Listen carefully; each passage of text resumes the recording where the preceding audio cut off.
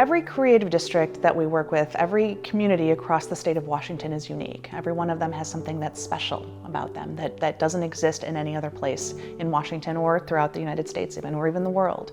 And so the whole process of a creative district is for communities to find what that is, right? They work together to discover what their history is, what their community values are, and how they're able to use those things to really share that identity with folks across the world.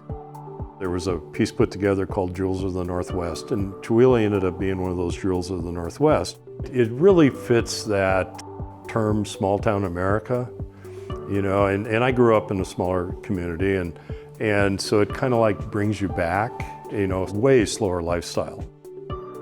It doesn't mean things don't get done, it's just that you've got to learn the skill of patience again, especially if you come from a larger community.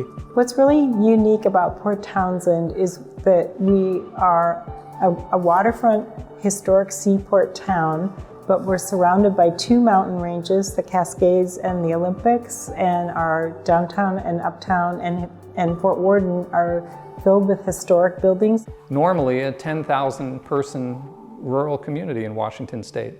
But we bring vast amounts of diversity here from all over the world. We do week-long residential programs in the arts all year round, and we serve artists from 17 countries, from all 50 states, and from 77% of the counties in Washington state.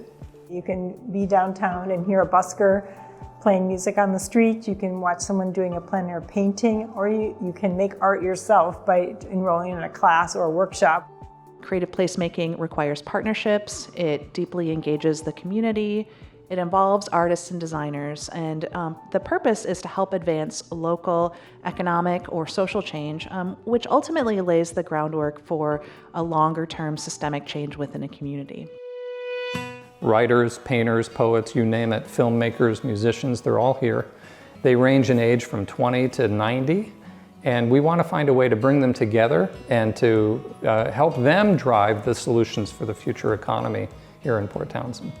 I've been involved with the Creative Districts for the planning of it for a number of years, and we were very excited to become the 8th Creative District. But it really just kind of made me fall in love with Port Townsend all over again. I've lived here 30 years, and it's just given me ways to engage more with artists and to help think of ways that we can support the arts economy. My favorite moment, and this is personal, is the new mural on this building. Last year when we did the series of murals, that was one of the finalists. And it didn't get picked because we didn't have the appropriate location for it. Tracy Manley, who is the artist, and Melanie Huff, who owns the building we're currently sitting in, they had been talking about it, and I got word of it, and they say, well, why don't we just do it on this building?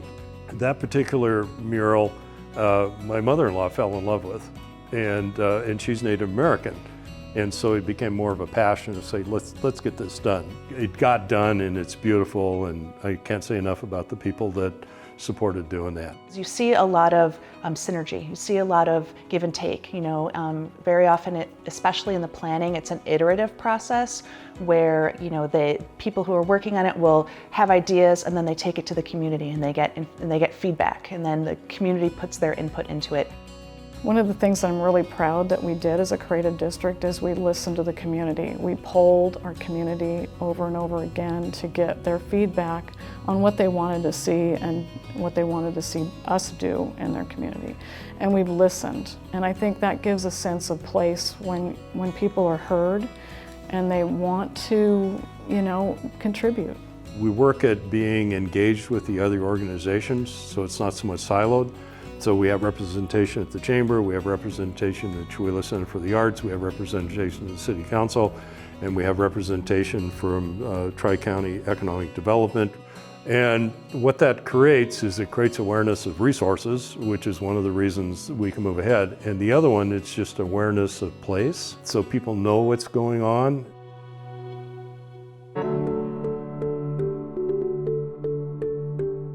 Washington communities are changing and growing. The population here has exploded over the past 25 or 30 years.